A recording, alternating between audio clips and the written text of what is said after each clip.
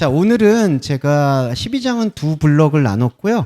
그 다음에 13장 한 블럭, 14장 한 블럭 이런 식으로 해서 좀 토픽을 나눠서 말씀드리려고 합니다. 오늘은 첫 번째는 12장 1절에서 5절 아까 이제 형제님이 읽어주셨던 그 부분입니다. 요걸 한번 이제 살펴보도록 할게요. 그리고 먼저 말씀드릴 거는 12장에서부터 16장은 이제 그 성도들에게 권면의 편지라고 볼 수 있습니다. 그래서 특징이 어떤 거냐면요. 조금 이 말씀이 우리의 실생활에 많이 접목되는 것처럼 느껴지는 경우가 많았어요. 그러니까 뭐 술 취하지 말아라, 뭐 어떤 행실을 경주해라, 뭐 행실을 단정히해라 이런 부분들로 많이 이해하는 경향이 있는데 그 본질을 좀 알고 보면 오히려 바울의 영적 높아심이 들어가 있는 장이 12장에서 16장이다. 어떤 의미냐 하면 이제 우리가 이런 편지를 쓸 때 본질에 대한 이야기를 쭉 하다 보면은 어떻게 보면은 사람이 관성처럼 그래 사람은 그런데 본질로만 살 수가 없잖아. 영의 생각을 품어서 우리가 육의 생활에서 어떻게 살아가야 되는지에 대해서 의논해 보고 싶어라는 게 인간이 가지고 있는 어떻게 보면은 그 종교인의 본질 같아요. 본성 같아요.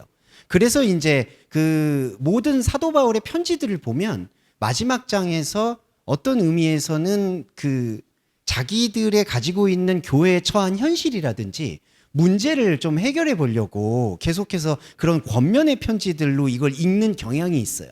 그런데 오히려 좀 반대로 이해하셔야 되는 게 그렇게 현실이나 교회 생활에 적용하려고 하는 것 또한 욕망이다라고 얘기하는 그 바울의 집요함을 느낄 수 있는 게 오히려 로마서 12장하고 16장의 말씀이다. 그걸 오늘 좀 확인해 보시는 측면으로 말씀을 읽어주시면 좋겠습니다. 그러면 도대체 뭐가 남느냐라고 얘기하는데 남는 거라고 굳이 얘기한다면 말씀이죠. 예. 그 다른 부분은 없다고 생각합니다. 이 말씀이 매너리즘이 되실 수도 있겠지만 결국 그리스도인에게 남는 것은 말씀이에요. 이 말씀이 십자가를 일으키고 십자가를 발견케 하고 이 말씀이 우리로 하여금 부활에 참여하게 한다고 볼 수가 있습니다. 네, 그 부분으로 좀 여기 읽어보도록 할게요. 네, 자, 하나님의 자비를 통해 너희들의 곁에서 내가 부른다. 여기 너희들의 곁에서 내가 부른다라고 돼 있어요. 한글 번역은 너희 하나님의 모든 자비하심으로 너희를 권한다라고 해요. 근데 이게 권면이라는 단어로 보기에만은 충분하지 않아서 제가 좀 풀었는데요. 파라칼레오입니다. 파라칼레오라는 게 파라클레토스라고 기억하실 거예요. 보혜사라는 단어입니다. 근데 이게 곁에서 부른다는 건 어떤 의미가 있냐면은 하나님이 본질의 이야기를 그대로 우리에게 전달하기 어려우니까 우리의 곁에서 사람의 말로 하나님의 뜻을 전달한다라는 뜻을 곁에서 부른다, 보혜사다, 중보한다라고 할 수가 있겠습니다. 우리가 예전에 교회 용어 중에 이제 중보기도라는 게 있죠. 그 누군가를 위해서 중보기도 해주는 거는 좋은 전통이지만 말씀의 본질적인 뜻은 본질에 있는 영의 말씀을 우리가 가지고 있는 우리 차원에서의 생각으로 들려주신다. 이렇게 이해하시면 좋을 것 같아요. 그런데 여기서 우리가 계속해서 환기시켜야 되는 건 우리의 혼의 말로 영의 말을 하는 거거든요. 근데 여기서 충돌이 일어나는 걸 우리가 항상 이게 유념해야 된다는 거예요. 어떤 거냐 하면 혼의 말로 영의 말을 할 때 혼의 말이 온전히 영의 말로 해석되는 게 아니라는 것을 우리가 눈을 뜨고 봐야 된다는 거죠. 이게 바로 바울이 말하는 다메섹 도상에서의 눈뜸이고 영적 자아로 읽는 성경이라는 거예요. 우리가 읽을 때에는 항상 혼의 말이 가지고 있는 언어가 있잖아요. 그래서 그 언어의 뜻과 문장의 뜻 그대로 이게 영의 뜻이다. 더 나아가선 이게 하나님의 뜻이다라고 받아들이는 경향이 농후하다는 거예요. 그런데 이게 욕망이라는 거예요. 왜냐하면 창세기 얘기를 좀 들어볼게요. 창세기 원역사라고 할 수 있는 1장하고 9장 내용 중에 이 바벨탑 역사가 있습니다. 바벨탑 역사의 핵심은 뭐냐 하면 한글 번역 중에 9장 1절인가요? 언어가 하나요, 구음이 하나다 뭐 이렇게 돼 있는데 그게 아니라요. 영은 하나인데 혼도 하나이다라고 번역이 돼야 돼요. 그 이제 의역을 하면. 그러면 이게 무슨 뜻이냐면 이게 온전한 관계가 아니라는 거예요. 영은 하나의 말을 해요. 이건 영의 말은 그리스도의 말이고 생명의 말입니다. 그런데 영의 말은 하나여야 되지만 혼의 말은 하나일 수가 없어요. 혼의 말이라는 것은 사실은 본질적으로 흩어져 있는 말입니다. 그게 진리예요. 혼의 말은 흩어져 있어야 되고 영의 말은 하나여야 돼요. 그런데 여기 보세요. 하나님이 우리들 곁에서 부르잖아요. 혼의 말로, 흩어진 말로 부르시는 거예요. 바벨의 말로 부르셔서 바벨이 아닌 영의 말로 우리를 인도하시는 거예요. 그러면 보세요. 흩어진 말 안에는 자기만의 흩어지지 않으려는 본성이 있는데, 흩어지지 않으려는 본성을 가진 말이 흩어질 이유가 없는 하나의 말을 그대로 설명할 수가 없다는 거죠. 이게 바울이 말하는 하나님의 자비를 통해 너희들의 곁에서 내가 부르는 것이다 라는 중보 기도라는 그 보혜사의 핵심이라는 겁니다. 혼의 말은 그러니까 그냥 쉽게 말씀드려서 혼의 말이 그대로 영의 말이 될 수가 없다라는 것을 인정하는 것이 필요하다. 그러면 혼의 말을 영의 말로 번역되는 이 영적인 과정에서 중요하게 우리의 혼의 말이 어떻게 영으로 넘어가느냐, 그게 바로 성경 전체가 얘기하는 십자가 사건이라는 거예요. 그러니까 우리가 이제 이 성경을 읽을 때 상투적으로라도 십자가 복음 얘기를 하잖아요. 십자가 복음이 본질이죠. 그렇다면 십자가 본질이 무엇을 얘기하느냐를 정확히 아는 게 중요하다는 거예요.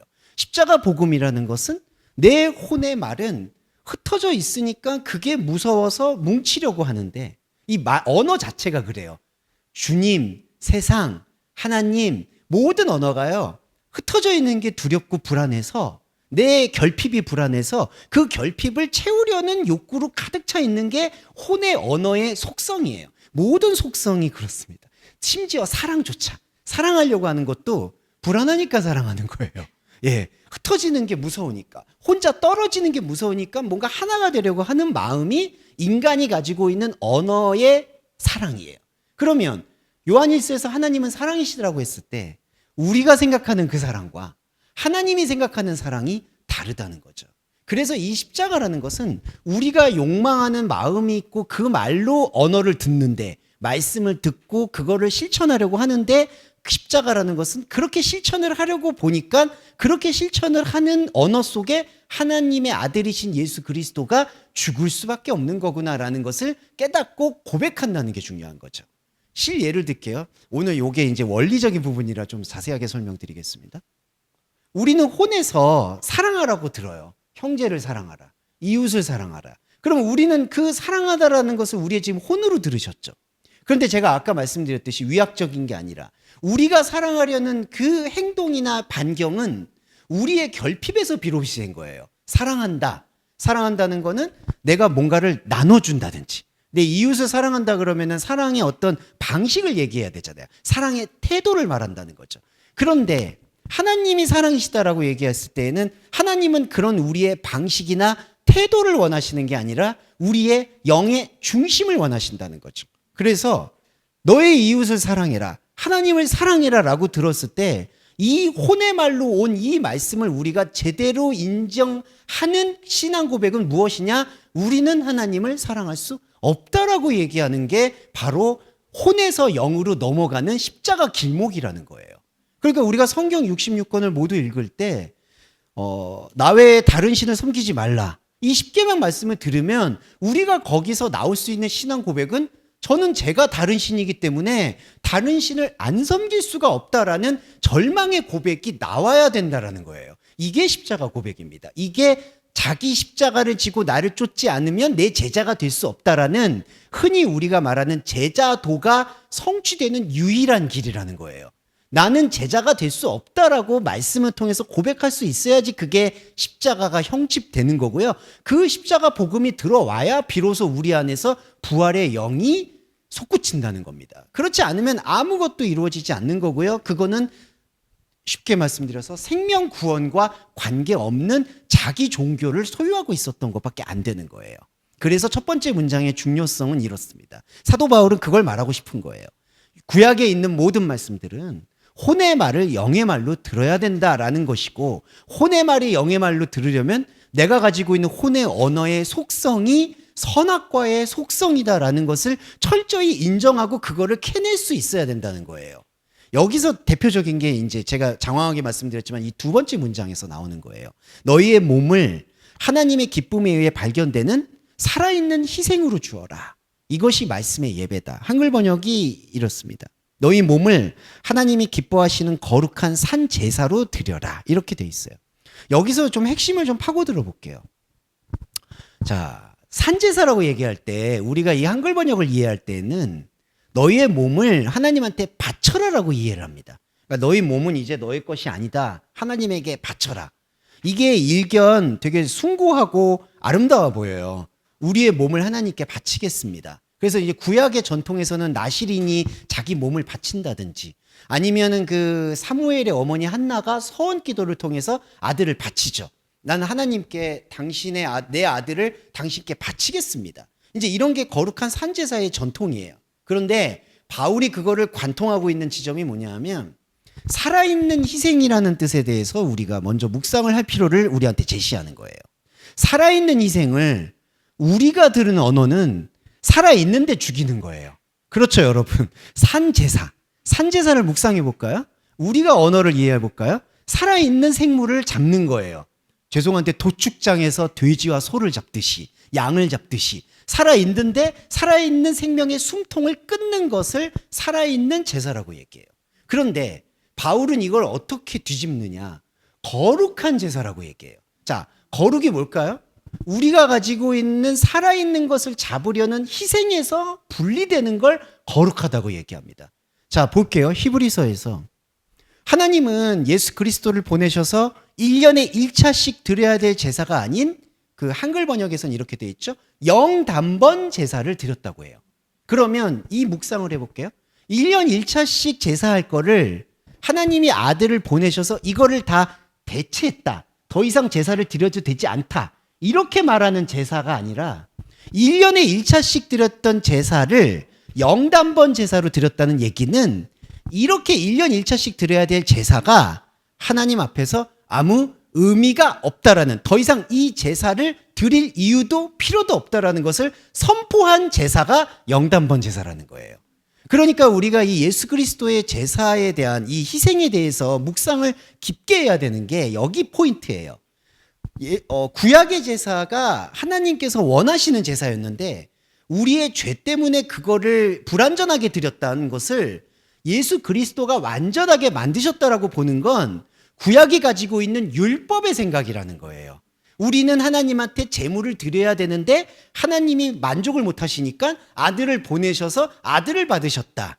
여러분, 이거는 나중에 제가 말씀드리고 싶은 게 예전에 그 우가리 종교라고 있어요.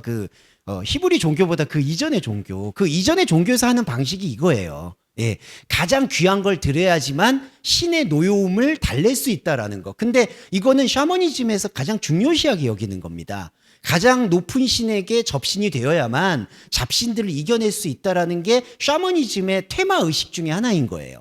근데 이런 것들이 예수 그리스도의 예배에 적용이 될까요? 그게 끊어지는 겁니다. 그래서 다시 돌아와 보면 거룩하다라는 뜻은요, 우리가 드리려고 하는 제사에서 분리되는 걸 말하는 거예요. 그러니까 이거는 제사가 아니라 예배의 차원으로 넘어가는 거고요. 살아있는 희생이라는 건 뭐냐? 산채로 죽인다는 게 아닙니다. 살아있는 상태에서 말씀체가 되어서 하나님을 목도하는 게 산제사라는 뜻의 본질이에요. 그래서 다시 결론적으로 풀어볼게요. 너희의 몸을 하나님이 기뻐하시는 산제사로 드려라. 이 얘기의 뜻은 뭐냐? 너희 몸은 소마예요. 우리의 말씀의 몸이에요. 우리 말씀의 몸을 하나님에 의해서 더 깊게 발견될 수 있도록 우리의 삶에서 어찌되었든 하나님의 말씀을 듣고 볼 수 있도록 노출시켜라. 그게 말씀 예배다, 영적 예배다, 이 얘기를 한다는 거죠.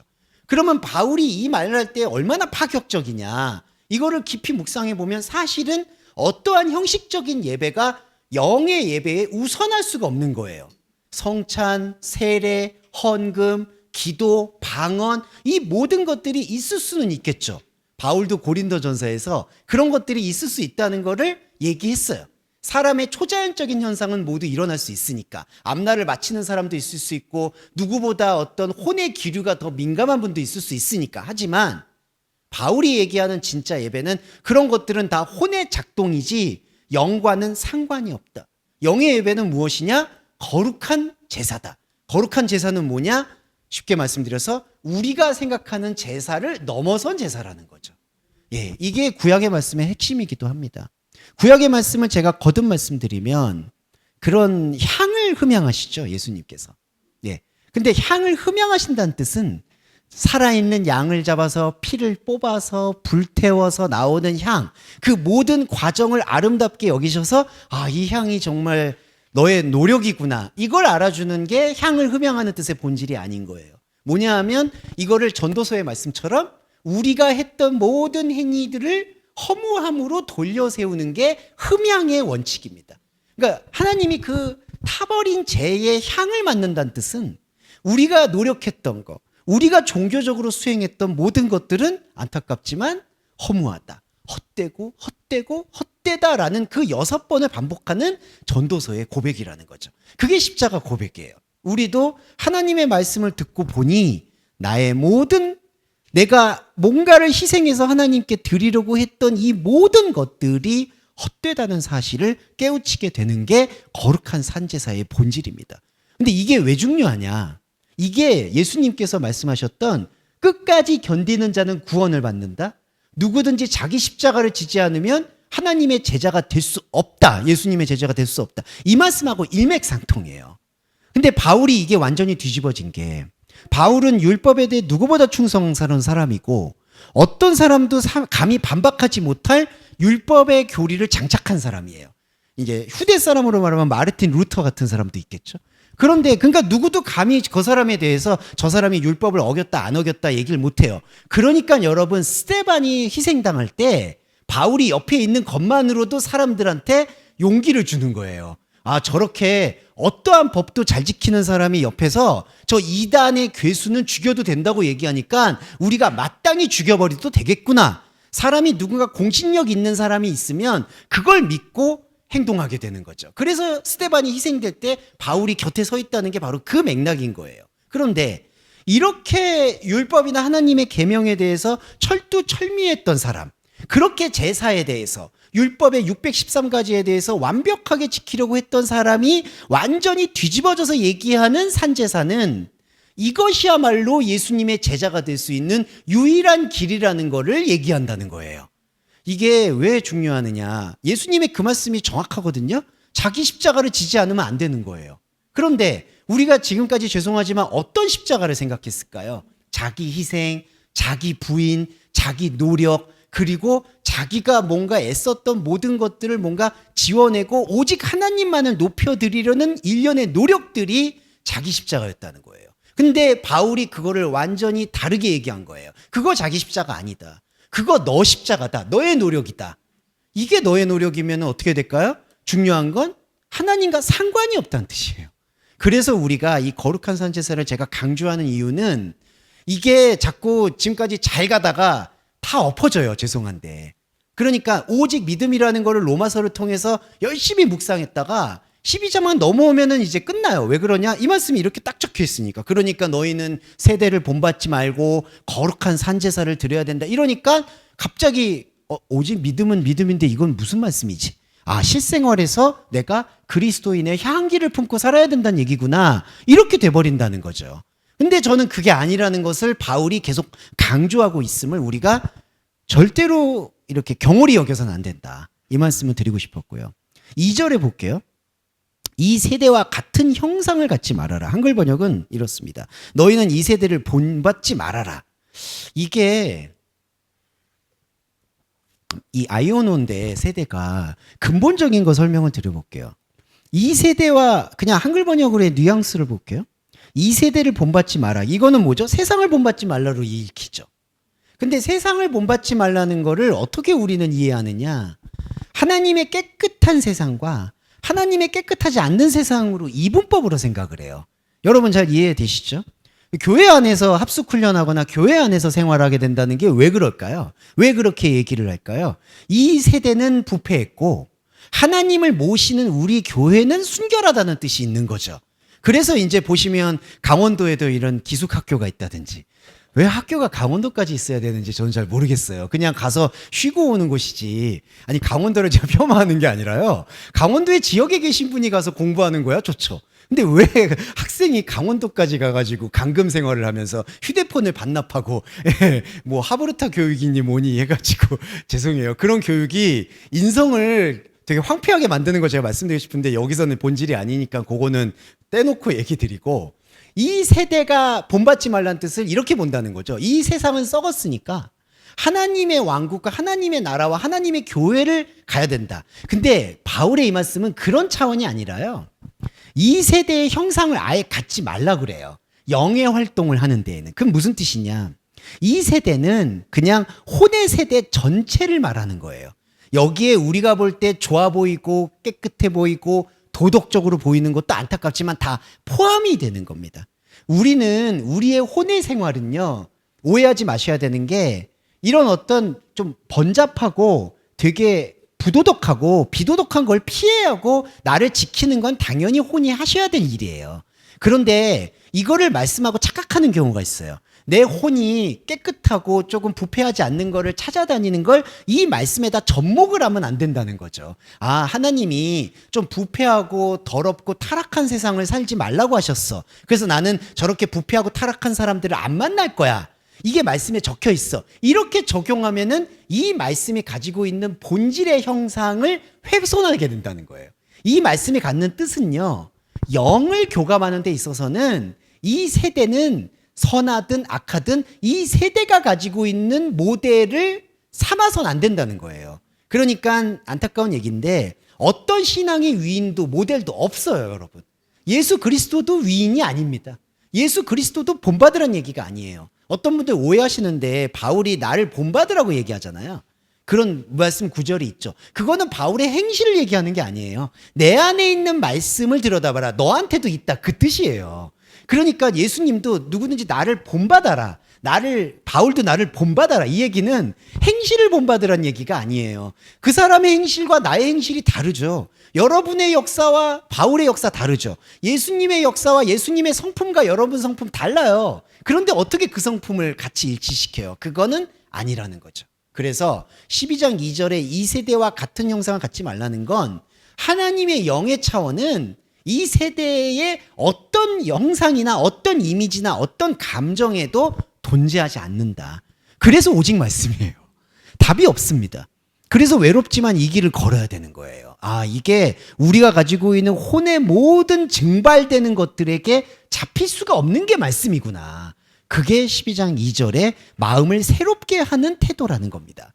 마음을 새롭게 한다는 게 이렇게 뭐 더 신년 계획을 세운다든지 뭐 내 멘탈리티, 내 멘탈을, 내 정신을 더 맑게 한다든지 이런 것들은 그냥 우리가 혼의 삶을 보다 효율적으로 살기 위한 여러분의 생활 수단이라고 생각하셔야 돼요. 제발 말씀을 거기에 섞으면 안 된다. 네. 12장 이후부터 이런 말씀들이 많이 나와서 제가 지금 설명을 드리는 거예요. 이게 오히려 영의 말씀이라는 것을 보존하기 위해서 바울은 현상세계는 그냥 현상세계에 너의 소양과 도덕으로 살아가라는 뜻이에요. 이거를 조금 유념하시면 좋을 것 같습니다. 그리고 12장 3절에 여기 보시면 여기 이 두 번째 구절이 중요합니다. 당연히 생각해야 할 이상의 생각을 하지 말아라. 이 얘기를 그냥 말씀을 따져 묻지 말아라. 이걸 또 오해하시는 분들이 있어요. 그러니까 여기 12장 3절의 한글 번역은 마땅히 생각할 그 이상의 생각을 품지 말아라. 그러니까 하나님이 주신 이런 표면적인 말씀을 뛰어넘는 상상을 하지 말아라. 그래서 이제 저도 항상 이제 비난을 받는 게 창의를 한다, 말씀을 만들어낸다 이렇게 오해를 많이 받는데 항상 제가 좀 변명하지만 말씀을 만들어내면 이렇게 말씀 안 하죠. 예, 제가 얼마나 죄송해요. 제가 이런 자랑을 하면 안 되는데 책을 많이 읽었겠습니까? 그 화려한 미사여구를 동원하겠죠. 그래서 이렇게 사람에게 사탕 발림을 안 할 수 없겠죠. 저도 그런 유혹이 당연히 있으니까. 그런데 여기서 말하는 말씀은 그냥 주어진 말씀 그대로 받아들여라 이런 뜻이 아니에요. 차원을 분리하는 겁니다. 여기 당연히 생각해야 될 생각이 뭘까요? 이거 영의 생각이에요. 예, 영의 생각, 데이 프로네인. 근데 영의 생각은 쉽게 말씀드려서 밖으로 이렇게 접목하는 게 아니라 안으로 파고든다고 생각하셔야 됩니다. 그러니까 깊이 침잠한다고 생각하죠. 이게 내 안에 내면 세계로 들어가는 거예요. 이거 불교에서 말하는 내면 세계가 아니라 말씀 세계를 말합니다. 영의 세계.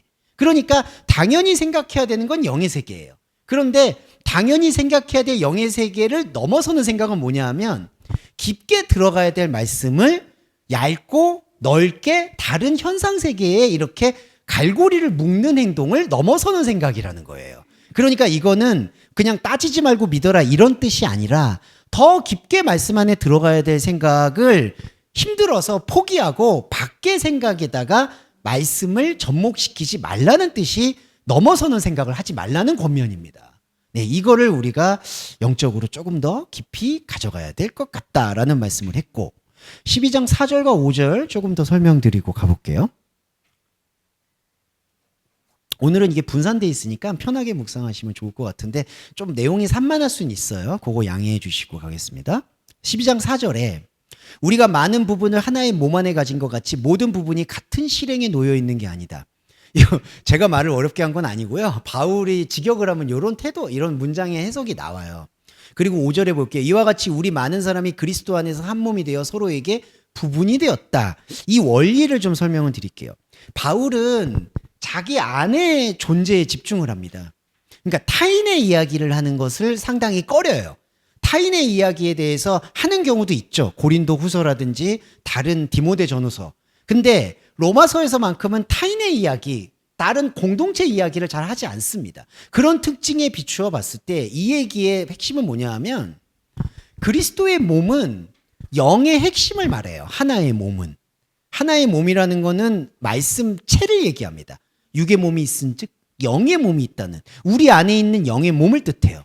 영의 몸과 그 영의 몸이 우리 안에 우리의 현상에서 적용되는 게 이 모든 부분이라고 번역되어 있는 모든 나눠져 있는 것들을 말하는 거예요. 그러니까 제가 아까 처음에 창세기의 바벨을 말씀드릴 때 영은 하나예요. 영은 그리스도와 하나님 그리고 나입니다. 그리스도와 하나님은 사실은 하나죠. 우리도 그 안에 영으로 속하면 영적 삼위일체 하나예요. 영은 하나예요. 그런데 혼은 흩어져 있어요. 그리고 이게 이제 히브리 백성이거든요. 혼은 흩어져 있는 게 그대로 인정이 되는 게 그리스도인이에요. 이게 무슨 뜻이냐? 영은 하나인 거예요. 그리고 영이 하나라는 생명이 우리 안에서 깊이 쌓이면 혼이 흩어져 있는 것처럼 보여도 그게 불안정해 보이지가 않아요. 그러니까 이게 타인한테 침해되지 않는 나 자신의 생명을 회복하는 존재인데요.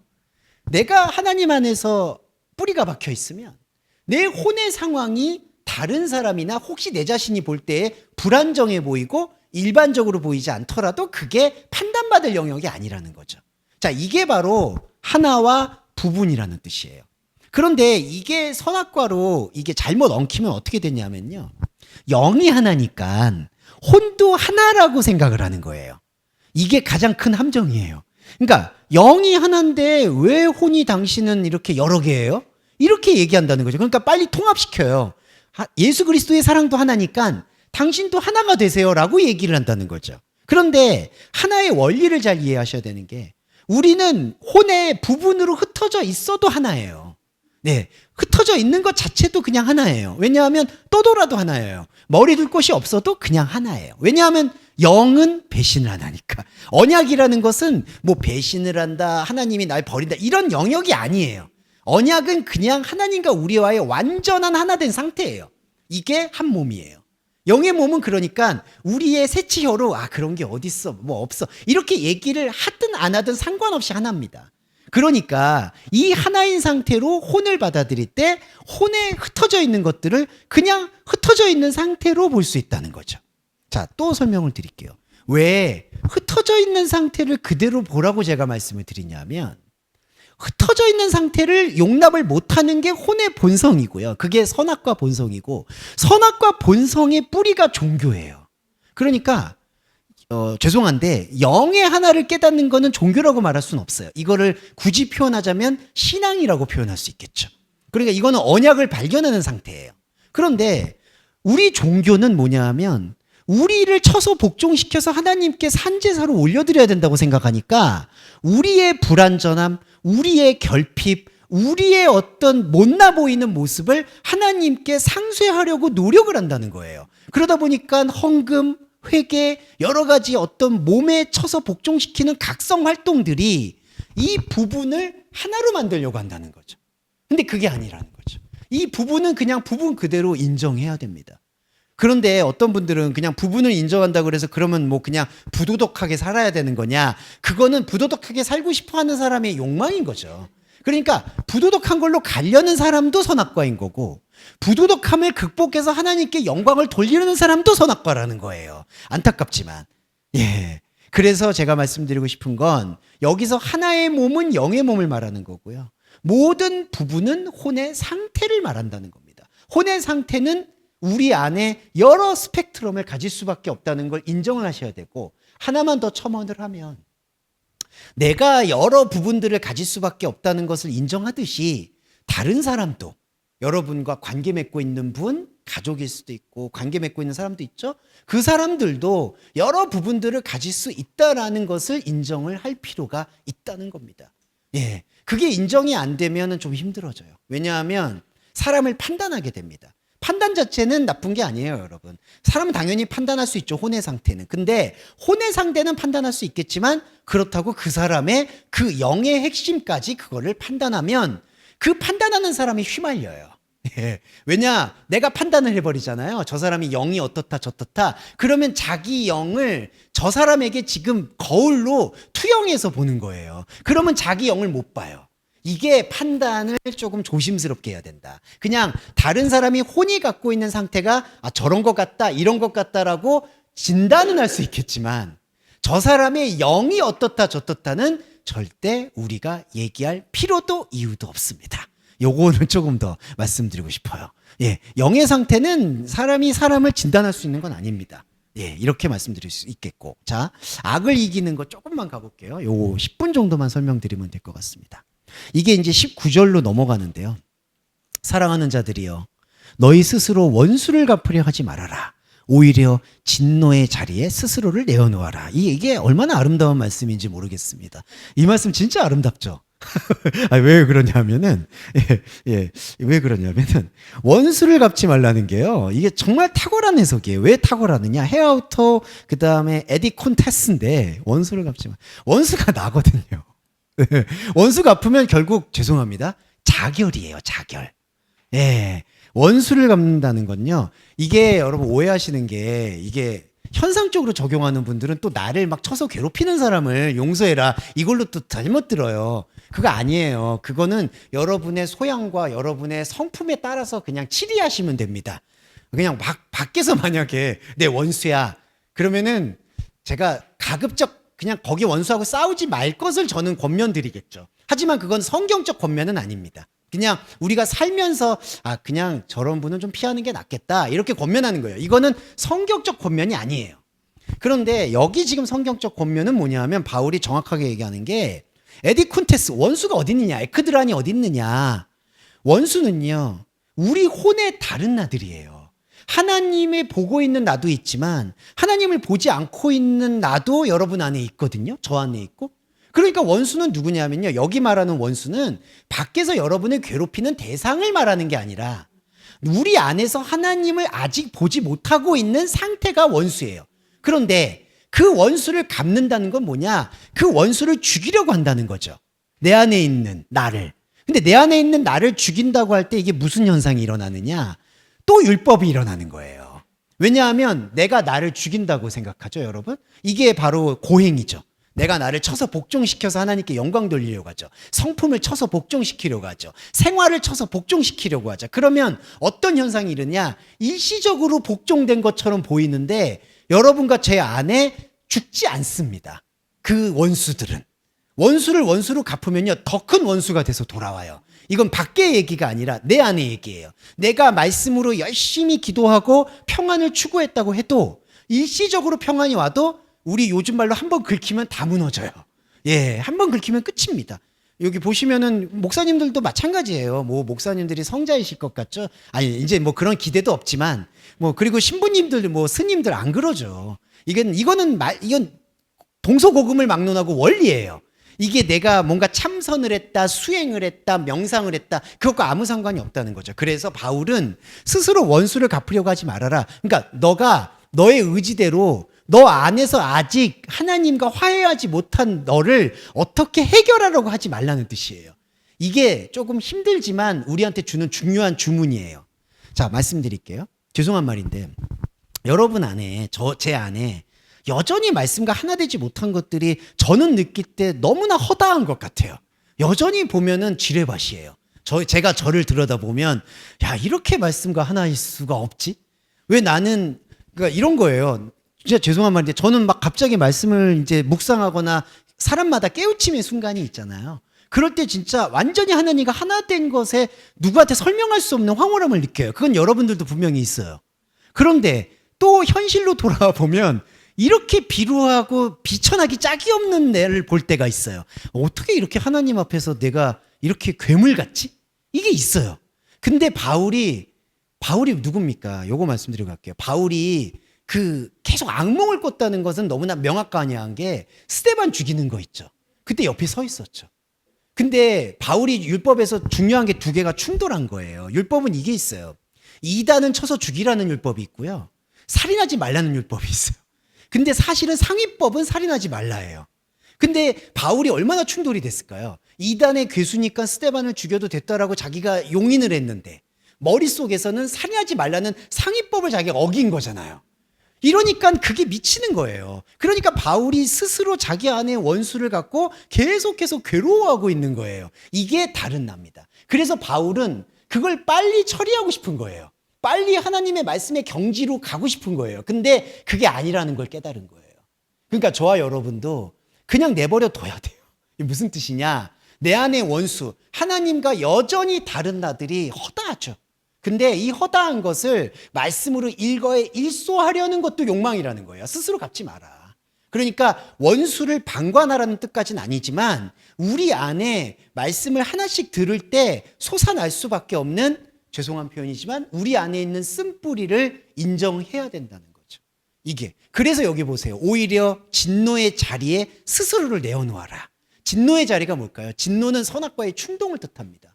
우리 안에 선악과의 충동이 얼마나 깊게 도사려 있는지를 안타깝지만 말씀을 통해서 계속 들여다봐야 된다는 거예요.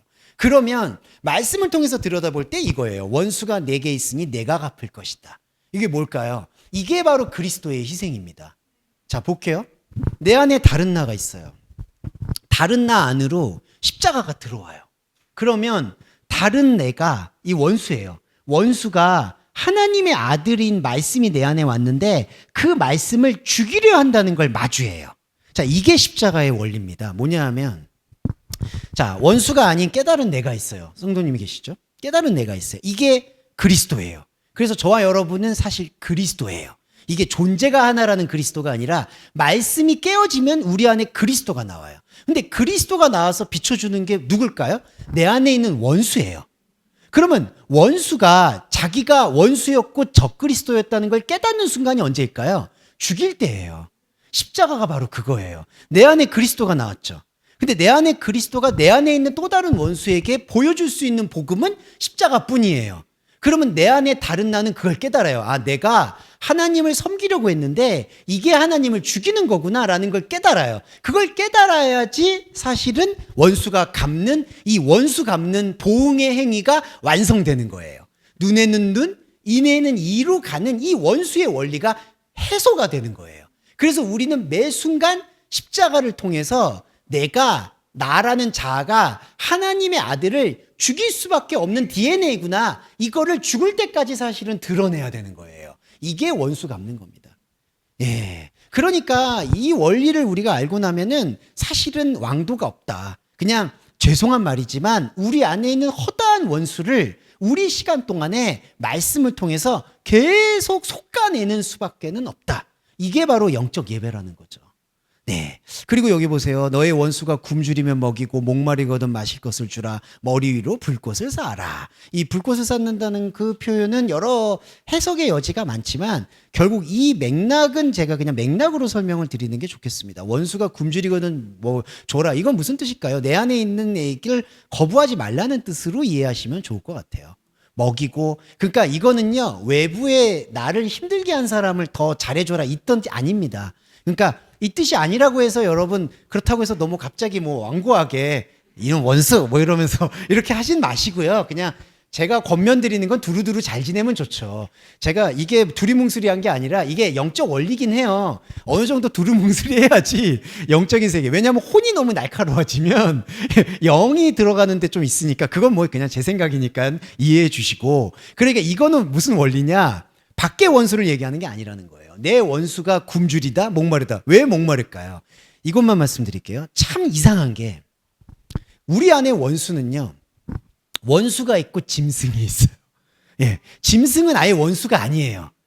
이 에서하고 야곱도 보시면 에서를 제가 탓하고 싶은 생각은 없는데 그냥 순진해. 그냥 천진난만한 사람이야. 배고프면 먹고 자고 싶으면 자고. 이거 우리 안에 있는 본성이죠. 그건 짐승이에요. 원수는 뭐냐 하면 뭐가 분명히 걸린 거야. 예, 이 종교가 드러나서 자기가 뭔가가 불편한 거야. 그래야지 십자가를 발견해요. 네, 그래서 참 아이러니하지만 우리 안에서는 짐승의 나를 일단 원수로 깨워야 돼요. 내가 뭐가 이렇게 불편하지? 왜 주목사의 설교가 이렇게 짜증이 나지? 뭐가 이게 긁혀야 죄송해요. 이게 나와야 돼. 이 원수예요. 그 원수가 진노로 와요. 그러면 이 진노 속에서 이 굶주림과 목마름이 느껴진다는 거죠. 내가 왜 이렇게 불편했지? 그 불편한 원인들이 이제 해소가 돼서 뭐 청량감이 느껴진다가 아니라 그 불편함 그대로 우리 안에서 나타나는 게 영의 양식이에요. 그래서 이 머리 위에 불꽃이라는 것은 사실은 우리 안에 불편함을 뜻하거든요. 계속 불편한 거예요. 이게 뭔가 나는 이걸 해소하려고 종교를 믿는 것 같은데 왜 좀 이런 것들이 다 해소는 안 되지? 근데 여러분 다시 말씀드리지만 해소가 안 된다는 걸 오히려 인정하면 그때부터는 완전히 다른 차원이 열리는 거예요. 아, 이거는 해소하는 문제가 아니구나. 문제를 해결하려고 기도했던 거를 완전히 방향을 바꿔버려요. 그러면 그 문제는 더 이상 죄송한 말인데 문제가 아니에요. 그리고 완전히 다른 차원, 영과 하나 되는 차원으로 말씀을 보게 돼요. 그러면 나중에 어느 순간 이게 다 허물어져요.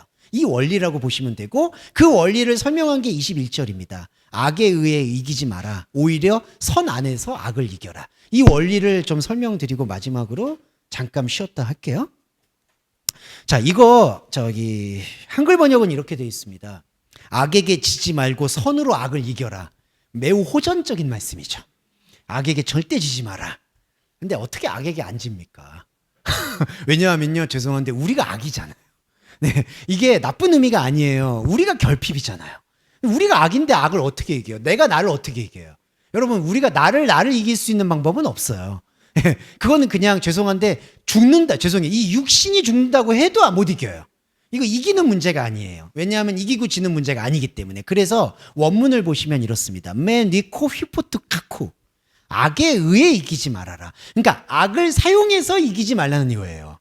그럼 악을 사용해서 이기는 게 뭘까요? 선악과가 정확한 원리예요. 선악과는 뭐냐면요. 선악에서의 이때 악은 선의 결핍이에요. 그러니까 우리는 악이에요. 이 악이 뭐냐면 나쁜 게 악이 아니라 내가 볼 때 저게 좋아 보여. 저 모델이 되고 싶어. 근데 나는 그게 지금 아니야. 그걸 느끼는 게 악이에요. 결핍이 악이에요. 그러면 그 결핍을 채웠다고 생각하면 선이 되죠. 근데 이게 악순환이 뭐냐면 내가 악인데 노력을 했어. 그래서 선이 됐어요. 근데 이상한 게 이렇게 선이 됐잖아요. 이 선이 또 악이 돼요. 왜냐면 더 좋은 게 보이니까. 그러니까 선악은요 계속 되풀이 되는 거예요. 내 처음에 악이야. 내가 이것만 해결하면 하나님의 자녀라고 생각했어. 선이야. 근데 또 내가 또 악이고 또 선이 보여. 더 좋은 게 보여. 이게 선악과예요. 그래서 보암직하고 먹음직한 거예요. 계속 먹으면 먹을수록 이게 중독입니다. 계속 갈증을 느껴요. 그래서 바울이 이걸 아예 끊어버리라는 거예요. 악으로 이기려고 하지 마라. 악으로 신앙생활하지 말라는 거예요. 표면의 말씀으로 신앙생활하지 말라는 게 바로 악으로 이기지 말라는 거예요. 선악에서 악을 이겨라. 이건 뭐냐? 이때 선은 선악과의 선이 아니라 하나님의 선을 말합니다. 말씀 세계를 말합니다. 말씀 세계는 악이 없어요. 그러니까 이 얘기의 뉘앙스는 선 안에서 악을 이기라는 건 선 안으로 들어와 봐라. 말씀 안으로 들어와 봐라. 이기고 지구가 없어진다라는 뜻을 선 안에서 악을 이기라는 뜻입니다. 그래서 제가 이 말씀을 왜 강조했냐면 12장 이후에 바울의 말씀을 잘못 들으면 표면적으로 들으면 마치 진짜 십자군 같아 버려요. 악에게 지지 말고 선으로 악을 이겨라 이렇게 얘기하면 절대 내 삶에서 악을 용납치 않겠다. 그 사람 악이에요. 정말 안타깝지만 나는 정말 법 없이도 살았다. 나는 정말 법대로 살았다. 얘기하는 사람이 악이에요. 왜냐하면은 아시겠지만 법도 상황적인 거고 모든 것에 우리의 삶 속에서 제가 회의적으로 말씀드리는 게 아니라 절대적인 선함이라는 건 존재하지 않아요. 그렇기 때문에 우리가 살고 있는 삶에다가 하나님의 말씀을 적용해서 악에게 지지 않으려고 노력하게 되면 될수록 진짜 죄송한 말이지만 우리는 신앙 종교의 괴물이 되는 겁니다. 지금 한국교회가 그 막바지에 섰다고 봐도 과언은 아닌 거죠. 네, 잠깐 쉬었다가 두 번째 챕터 보고 자 13장 제가 8절로 지금 넘어가 볼게요. 13장에도 여러 부분들이 있는데 이 부분은 가장 중요한 거죠. 서로를 사랑하는 것 외에 아무에게도 아무 빚도 지지 말아라. 참 이거 좋은 말씀입니다. 네, 좋은 말씀인데 예, 좋은 말씀인데 이제 이게 너무 낭만적으로 읽히는 경우가 있죠. 한글 번역에서는 사랑의 빚 외에는 아무 빚도 지지 말아라. 예, 낭만적으로 읽힌다는 건 뭐냐면 그냥 사랑해라 이렇게 얘기하는 거죠. 근데 그만큼 무책임한 설교는 없습니다. 네, 왜냐하면 제가 첫 시간에 말씀드렸듯이 우리가 사랑하라고 얘기가 제시가 됐을 때 우리가 생각하는 기준들의 사랑은 다 다르잖아요. 내가 사랑하는 방식, 내가 사랑받는 방식은 다 달라요. 그리고 반대로 말씀드리면 여러분이 생각하는 사랑의 방식은 존중돼야 돼요. 그러니까 여러분이 생각하는 사랑의 방식에 대해서 서로가 상호간에 존중해 줘야 돼요. 하지만 그거는 성경에서 말하는 사랑의 차원이 아니라는 것을 일단은 말씀드리고 싶고 사랑하는 것 외에 아무 빚도 지지 말라는 이 얘기는 이 빚은 오페일레마인데요. 오페일레마라는 이 단어는 의무를 뜻하고 죄를 말합니다. 성경의 헬라어에서는 세 가지 죄가 나오는데 세 가지 죄 중에 하나가 바로 요 빚지다, 의무, 죄. 왜 이게 죄냐면요. 그 유대인 하브르타 교육서 같은 걸 보면은 마땅히 해야 될 거를 하지 않은 공부를 하지 않거나 일을 하지 않거나 그거를 죄로 봤어요. 그러니까 당신이 우리 한국 문화에서도 그게 있죠. 뭐 일하지 않는 자는 먹지도 말라. 되게 가혹한 표현이에요, 사실은. 아니 먹고는 살아야 되잖아요. 근데 일을 하지 않으면 물론 그거는 당연히 노동을 독려하는 행동이니까 마찬가지로 하브르타에서도 그 빚진 거라고 하는 건 뭐냐면은 해야 될 걸, 마땅히 해야 되는 걸 안 한 거. 이걸 말합니다. 자, 하나님께서 우리에게 허락하신 마땅히 해야 되는 거는 단 한 가지 생명나무를 먹는 일이에요. 그래서 창세기 2장에서도 보시면 너희는 동산 중앙에 있는 나무를 반드시 먹어라. 그렇지 않으면 선하게 알게 하는 나무를 먹게 될 것이다 라는 게 말씀의 본 원리라고 할 수 있죠. 그러니까 우리가 이렇게 어머니 뱃속과 부모님에게서 분리돼서 새로운 자아를 형성하고 살아가는 어떻게 보면 하나님이 볼 때 우리에게 기대하시는 유일한 이유는 그 의무, 사랑하는 의무 외에는 없는 거예요. 그러면 사랑하는 의무는 무엇이냐? 생명나무를 먹는 거예요. 생명나무는 무엇이냐? 말씀이에요. 다시 말씀드리면 그 말씀은 무엇이냐? 우리에게 그냥 영이 절대적으로 그냥 주어진 게 아니라는 거를 우리가 그 원리를 깨우치시면 결론적으로 돌아와 보면 사랑하는 것 외에 아무 빚도 지지 말라는 것은 다른 빚을 지지 말라는 뜻이죠. 그럼 다른 빚은 뭘까요? 이게 바로 선악과의 의무라는 거죠. 선악과의 의무로 하나님을 만나려고 하지 말라는 뜻이 사랑의 빚 외에는 다른 빚을 지지 말라는 뜻입니다. 그러니까 우리가 종교적인 빚은 더 이상 지지 않는 쪽으로 신앙생활이 옮겨가야 된다는 거예요. 그래서 저희가 어떤 분들은 그 얘기도 하세요. 뭐 11조도 뭐 하면 좋지 않습니까?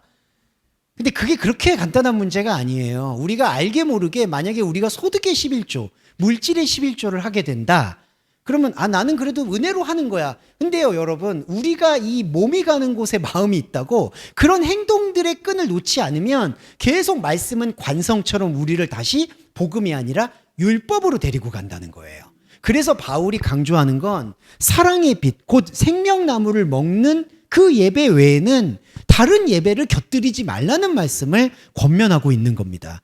그래서 사실 저도 좀 송구스러운 얘기지만 예전에는 저희가 뭐 찬양이라든지 뭐 그리고 그 교인분들끼리 뭐 이렇게 뭐 따뜻한 것도 아니고 그러니까 제가 예전에는 그런 말씀을 드렸어요. 이렇게 예배는 여기 와서 그냥 하시고 좀 이렇게 기분이 전환되거나 종교적으로 힐링되는 것들은 가서 좀 딴 데 가서 하시면 좋겠다.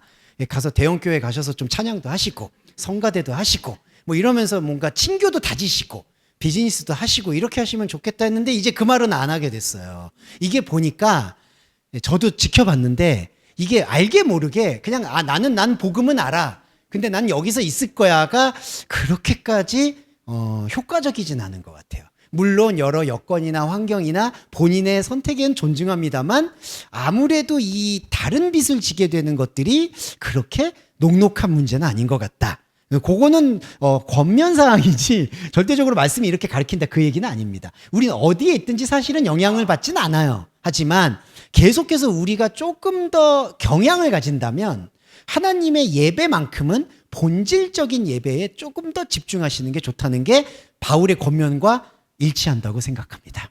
예. 그리고 여기 보시면 십자가 고백이 여기 두 번째 문장에서 나오네요. 그 헤테로 아가파우입니다.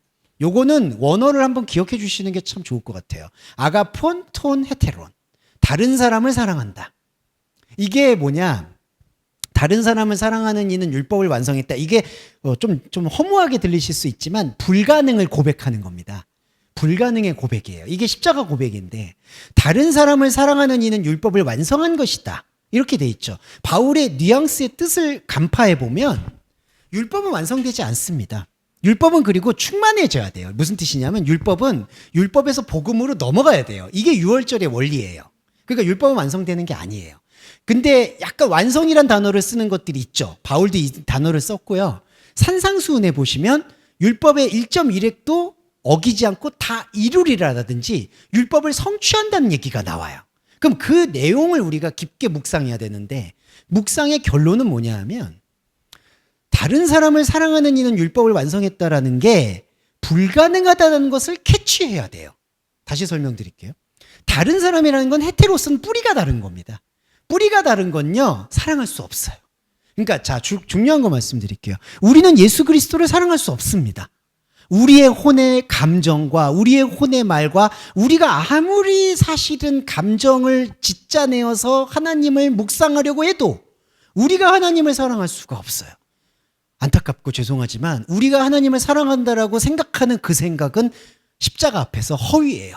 예, 그게 십자가 복음의 요체예요. 십자가 복음은 우리에게 아주 힘들지만 그거를 적나라하게 보여주는 거예요. 넌 나를 사랑할 수 없어. 너하고 나는 다를 수밖에. 이게 헤테로스라는 단어가 아예 다르다는 거예요. 하나님은 못 사랑합니다. 예수 그리스도를 못 사랑해요. 그걸 고백하는 거예요. 그게 진짜 사랑이에요. 그래서 다른 사람을 사랑하는 일은 율법을 완성했다는 뜻의 첫 번째는 우리는 다른 사람이 누군지를 안 거예요. 하나님의 아들이신 그리스도는 나하고 달라요. 이 다르다는 건 합칠 수가 없어. 합칠 수가 없다는 것을 고백해요. 그래서 우리는 여기서 뭘 고백하느냐? 다른 사람을 사랑한다는 뜻의 본질은 주님, 저는 당신을 사랑하려는 DNA를 가지고 혼을 가지고 당신의 말씀을 받는데 당신을 사랑할 수 없다는 것을 알았습니다. 이걸 고백하는 게 다른 사람을 사랑하는 완성이라는 거예요. 그러니까 율법의 완성은요, 결국 율법을 흘려보내는 걸 완성이라고 얘기한다는 겁니다. 율법을 다 지키는 게 완성이 아니라요. 율법을 흘려보내서 복음을 받아들이는 게 율법의 1.1획도 다 이루는 영적인 구원이라는 거죠. 네, 그래서 요 율법 다른 사람을 사랑하는 것은 바로 그 말씀으로 보시면 되겠고, 그리고 살인하지 마라, 가늠하지 마라, 이 모든 것들은 이 모든 계명이 있다 해도 내 이웃을 내 자신과 같이 사랑하라는 말씀 안에서 다시 결합된다. 이것도 조금만 풀고 갈게요. 13장 9절에서 이게 한글 번역은 또 이렇게 돼 있습니다. 제가 번역을 뭐라 그러는 게 아니라요. 좀 대조를 해봐야 되니까. 너의 이웃을 내 자신과 같이 사랑하라 하신 말씀 안에 다 들어있다. 이렇게 돼 있어요. 그러니까 간음, 살인, 도적질, 거짓 증거, 욕망 이 모든 계명이 너의 이웃을 너 자신과 같이 사랑하라는 말 안에 다 담겼다. 그러면 이 말씀을 또 오해하면 어떻게 될까요? 오해라고 저는 말씀드릴 수밖에 없어요. 아, 이웃을 사랑해야 되는 거구나. 이웃을 사랑하면 간음도 안 하게 되고 살인도 안 하게 되고 하나님이 다 용서해 주실 거구나라고 생각을 한다는 거죠. 근데 여기 볼게요. 이 아나케팔라우타이라는 단어가 너의 이웃을 너의 자신과 같이 사랑하라는 말씀 안에서 아나케팔라우 다시 재결합된다는 뜻입니다. 다시 결합이 뭐냐 하면 쉽게 말씀드리면 해쳐 모이는 거예요. 이게 이제 아멘 아멘하고 같은 원리인데 우리는 너의 이웃을 너 자신과 같이 사랑하려고 처음에는 노력하죠. 그 종교잖아요. 근데 처음으로 노력했는데 십자가 앞에서 뭘 봤을까요? 나는 나의 이웃을 사랑할 수 없다는 걸 보는 거예요. 이때 해체가 돼요. 이때 흩어져요. 혼이 바벨로 계속 모으려고 했는데 선악과에서 복음을 만나니까 완전히 뿔뿔이 흩어져요. 이게 히브리 백성이 돼요. 그리고 히브리 백성이 된 상태에서 이게 놀라운 게 말씀드릴게요. 히브리 백성이 됐잖아요. 우리가 부분이 됐잖아요. 그 부분 안으로 그리스도가 찾아와요. 예, 그러니까 이 원리가 정말 중요한 게요. 예수님의 파루시아, 재림 원리하고 같아요. 하늘 이 끝에서 저 끝으로 내려온다는 얘기가요. 이렇게 다 흩어졌잖아요. 흩어진 걸 이렇게 하나로 모으는 게 아니라요. 수만 가지로 흩어졌잖아요. 그 수만 가지의 흩어진 나로 그리스도가 흩어진 상태로 다 찾아와요. 그래서 제가 지난번에 과거 변화도 말씀드린 게 우리는 사실은 하나님 말씀 앞에서 점과 같이 이렇게 평면화가 됩니다. 그러니까 무슨 얘기냐면 우리는 원래 과거, 현재, 미래로 이렇게 돼 있잖아요. 내 10살 때, 20살 때, 30살 때 이렇게 돼 있잖아요. 근데 하나님의 말씀이 들어오잖아요. 그러면 이게 하나의 평면에서 점들이 돼요. 수만 가지의 점. 그리고 하나님께서 그 수만 가지의 이걸 학곡합인 별이라고 하는데 그 별이 빛나는 곳으로 하나님이 모두 쫓아가서 그리스도가 들어가는 거예요. 수만에 흩어진 내가 있듯이 수만에 흩어져서 들어온 하나 되는 그리스도가 있는 거예요. 이게 말씀 안에서 재결합되는 영적 원리라는 거예요. 네. 그러니까 이게 놀라운 거죠. 그게 하나님이 아브라함에게 약속하셨던 무별과 같은 자손을 되게 하리라. 이 무별과 같은 자손이 완전히 흩어진 나의 혼적 자아들이에요. 그런데 우리가 영을 계속해서 추구하고 있죠. 말씀을 들으셨죠. 그러면 수천 수만의 혼적 자아 안으로 원수인 그 존재들이죠. 그리스도가 들어와요. 들어와서 다 녹여버리는 거예요. 그러니까 정죄할 게 없죠. 그러니까 이 원리 안에서 우리가 도대체 무엇을 할 수가 있을까? 말씀 외에는 없다는 것은 다시 한번 재확인되는 게 바로 이 말씀 안에서의 아나케팔라이타이, 다시 결합되는 행동입니다. 네, 이렇게 보시면요. 제가 왜 자꾸 과거 변화를 말씀드렸냐면 제가 과거가 흑역사라서 변화받았으면 좋겠다, 세탁했으면 이게 아니에요. 그냥 제 과거는 사실 그대로 있죠. 기억하고 싶지 않은 과거도 있고 돌이키고 싶은 과거도 있고 아니면 추억하고 싶은 과거도 있죠. 하지만 다시 재결합된다는 뜻, 과거가 변화된다는 건 그 안에서 내가 희노애락으로 느꼈던 보람, 후회, 회한 이런 감정이 압도되는 게 아니라 그 모든 순간들도 이제는 영의 체계 안에서 완전히 다른 새로운 국면을 맞이하게 된다는 걸 우리가 받아들이게 된다는 거예요. 네, 이 완벽함을 우리가 어떻게 외면할 수 있을까요? 이 기쁨입니다. 이 기쁨이 연속되는 게 14장인데 14장 간단히 말씀드리고 마무리할게요. 요즘에 좀 시간이 길어졌지만 요 10분 정도만 더 허락해 주시면. 자, 17절부터 볼게요. 14장 17절. 하나님의 나라는 먹는 것과 마시는 것이 아니다. 거룩한 영 안에 있는 의, 평화, 그리고 기쁨이다. 자, 이게 어려우면서도 황홀한 복음 중에 하나입니다. 네. 자, 하나님의 나라는 일단 결론적인 거 설명을 드릴게요. 하나님의 나라는 먹는 것과 마시는 것이 아니다. 근데 여기서 이 두 가지가 있습니다. 요거 다 포괄적으로 설명을 드릴게요. 이때 당시에는 종교하고 일상생활이 결합되어 있기 때문에 먹는 음식을 하는 것도 다 종교적으로 나눴어요. 그러니까 이거는 부정한 거, 이거는 불결한 거, 이거는 정결한 거. 그래서 일상생활이나 직업도 그때는 종교하고 다 붙어 있어요. 지금은 이제 종교 분리라고 해서 좀 분리되어 있죠. 하지만 이거를 지금 바울의 말씀으로 보면 다 통합되어 있다고 보시면 됩니다.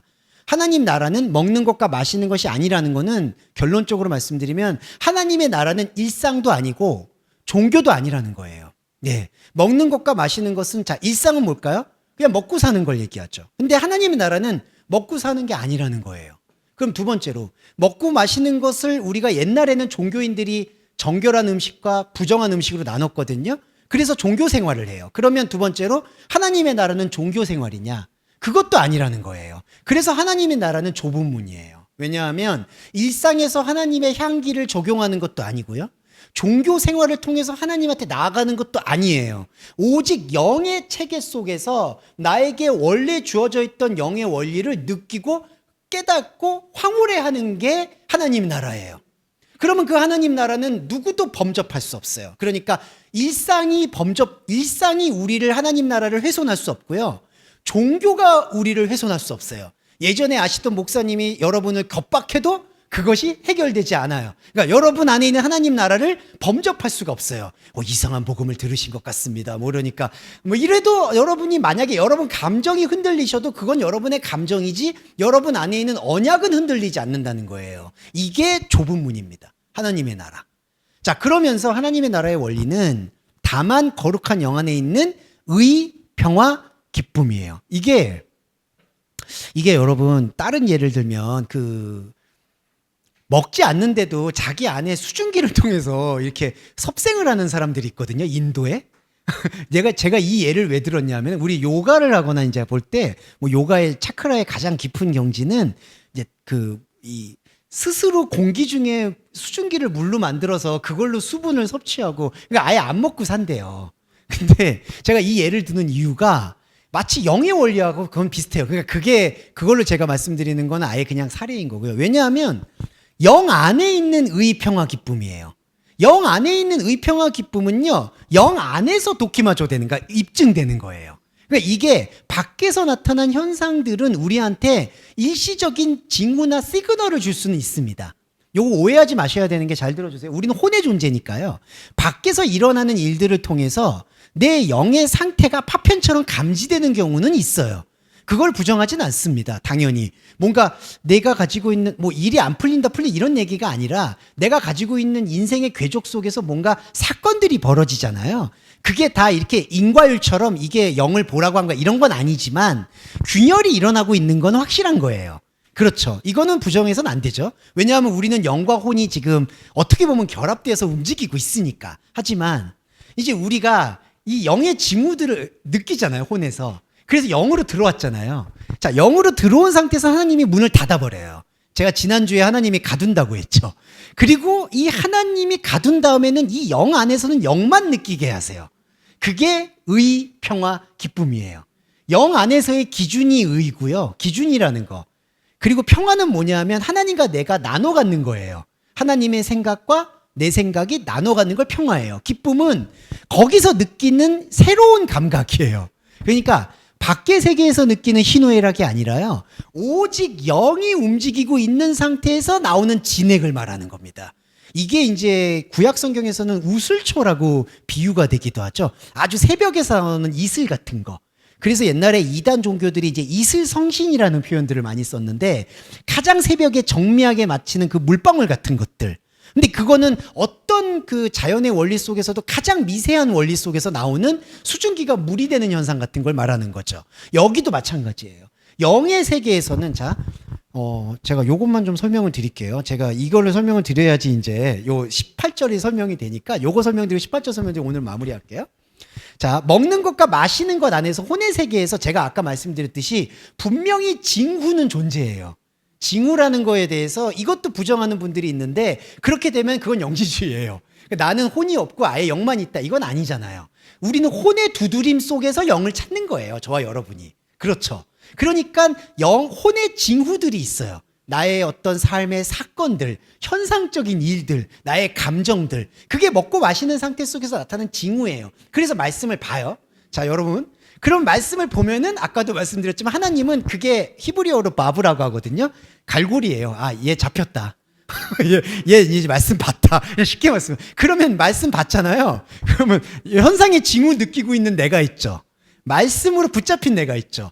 여기를 아예 거룩하게 만들어버려요. 하나님이. 말씀으로 잡힌 건 닫아버려요. 그리고 여기다가 이거를 부어버리시는 거예요. 의, 평화, 기쁨. 예, 놀랍습니다. 의, 평화, 기쁨. 예, 놀랍습니다. 그러면 이게 이슬성신이 되는 거예요. 그래서, 잠깐, 이슬성신이라 그러니까 이거 옛날에 그 천부교의 박태선이라는 사람이 썼던 단어라서. 근데 이거는 그때 용어하고 완전히 다른 거니까 오해하지 마시고요. 또 천부교라고 뭐 신천지라고 뭐라 그러실 때 이거 전혀 상관없고요. 우리 안에서 완전히 영에 정미한 것. 근데 놀라운 게요. 자, 18절. 이 거룩한 영 안에서 그리스도에게 헌신하는 이게 뭘까요? 영의 움직임 속에 있는 사람이에요. 여러분이 하나님이 하나 붙잡았잖아요. 문 닫아버렸잖아요. 안 나가고 버티는 거예요, 이게. 거룩한 영 안에서. 지금 감히 말씀드리면 저와 여러분이 이 시간에 버티신 거잖아요. 지금 거룩한 영 안에 계시죠? 거룩한 영 안에서 일단 버틴 거예요. 뭐 좋든 말든. 예, 일단 버틴 거예요. 그게 거룩한 영 안에서 헌신하신 거예요. 그러면 보세요. 이게 바로 하나님의 선한 기쁨이요. 사람한테 입증한다. 사람한테 입증. 이게 무슨 뜻일까요? 도키마죠. 도키모토스 안드로포이스. 사람한테 입증된다. 이 사람이 뭘까요? 바로 외부에서 징후를 느끼고 있는 나에게. 아까 말씀드렸던 원수죠. 원수에게 이걸 보여주는 거예요. 이 신비로운 원리가 뭐냐면요. 네, 아유 20분이다. 1분만 더 주세요. 제가 이 원리는 너무 신비로워서 설명을 드리고 싶은데 이 밖에는 계속 진짜 징후들이 떠돕니다. 그래서 죄송한 말인데 이 갇혀 있는 언약체인 여러분은 계속 이 징후를 어찌되었든 좀 감당하셔야 돼요. 예, 왜냐하면 이제는 더 이상 세상 논리로는 움직이지가 않잖아요. 갇혀 있잖아요. 갇혀 있는 게 영이잖아요. 근데 영이 지금 라키야 울리잖아요. 그러면 밖에 있는 여러분 혼도 영향을 안 받을 수가 없어요. 그러면 밖에도 일단은 징후들이 일어나. 그러니까 이제 사건 사고가 터진다고 말씀드리면 좀 송구스럽지만 여러분 안에 범상치 않은 일들이 일어난다는 것이죠. 그러니까 이 범상치 않은 일이 뭐 나쁜 일이 좋은 이런 게 아니라 여러분의 생각이 달라진다는 거예요. 패러다임이 달라지는 거죠. 이 밖에서 일어나요.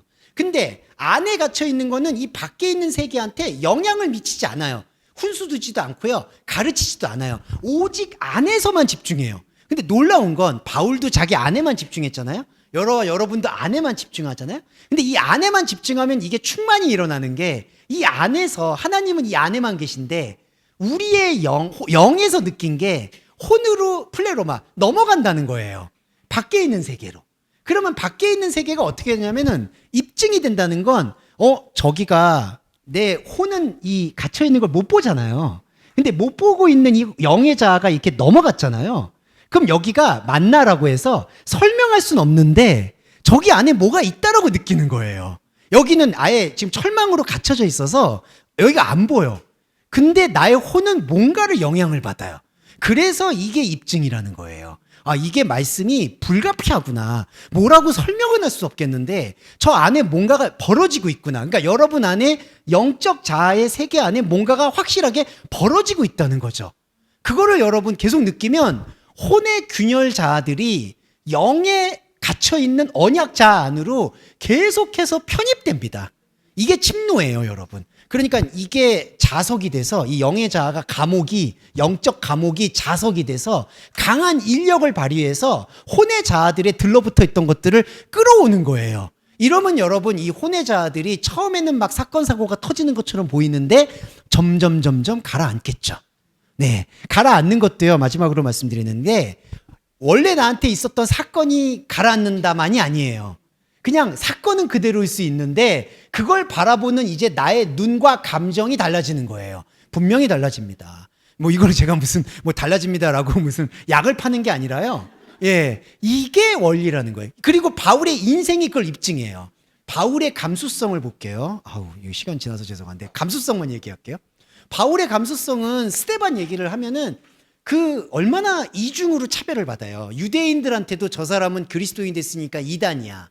근데 그리스도인들 안에서도 기독교인 안에서도 저 사람은 스데반을 죽이는데 동참한 사람이야. 저 사람을 믿을 수 없어. 그러니까 여기서도 배제되고 저기서도 배제되고 바울은 사실은 설 곳이 없어요. 또 거기다가 바울은 3년 동안 예수님과 같이 했던 적통이 아니에요. 우리가 요즘 말할 때 적통과 서자 나누잖아요. 바울은 서자예요. 예수님과 동행한 적이 없어. 베드로는 3년 동안 동행했잖아요. 그 지분을 충분히 요구할 수 있는 사람인데 바울은 그런 아무것도 없어요. 그러니 얼마나 힘들었을까요? 그런데 여러분 보세요. 계속해서 서신서를 쓰고 계속해서 말씀에 타협하지 않고 들어갑니다. 이게 입증이에요. 그러니까 바울은 누가 입증해 준 게 아니에요.